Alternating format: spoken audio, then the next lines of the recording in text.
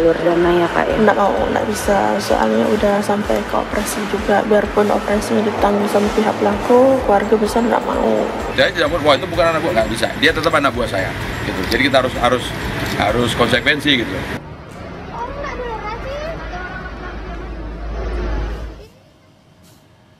Kasus pemukulan oleh anggota TNI ini terjadi pada hari Sabtu kemarin di sekitar Jalan Seruni, Pontianak.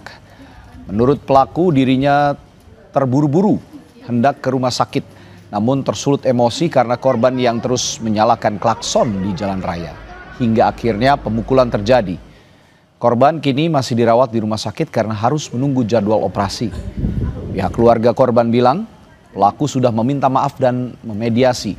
Namun keluarga menolak jalan damai sehingga kasus ini tetap akan dilanjutkan ke proses hukum.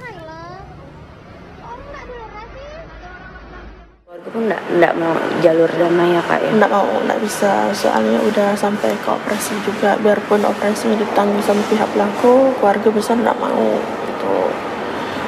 Kemarin juga udah mediasi sama kepala PM juga, pelakunya juga, sama kepala ojol juga. Jadi itu jalur hukum, udah ada tangan apa segala macam.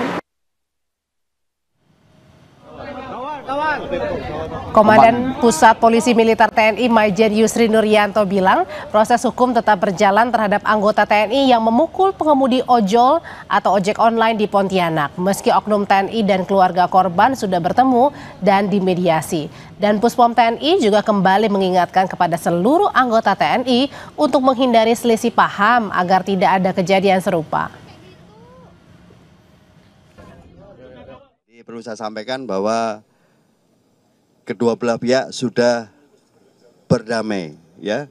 Jadi pelaku dalam ini mungkin ya ini kan terjadinya di jalan, ya, di jalan mungkin karena emosi atau apa sehingga terjadi pemukulan. Ya sebetulnya itu tidak boleh, ya. Tapi kedua belah pihak sudah berdamai, tetapi proses penyidikan berlanjut. Pangdam 12 Tanjung Pura Maijen TNI Jamalulail menjenguk pengemudi ojol, korban penganiayaan anggota TNI di rumah sakit. Pangdam meminta maaf langsung kepada keluarga dan korban serta memastikan proses hukum tetap berjalan. Pangdam juga memastikan kasus ini tetap diproses sesuai aturan dan pelaku saat ini sudah ditahan di instalasi tahanan militer Kodam 12 Tanjung Pura. Pangdam juga menjelaskan kasus ini bukan antar instansi namun antar individu. Beli beras Bu, komandan. Ya kalau memang dia salah ya saya hukum. Tapi saya anggap saya tidak mau, wah itu bukan anak buah, nggak bisa. Dia tetap anak buah saya, gitu. Jadi kita harus konsekuensi gitu. Dan sebagai bukti empati saya datang di sini, saya melihat korban, ya saya ketemu keluarga, saya mohon maaf atas nama institusi.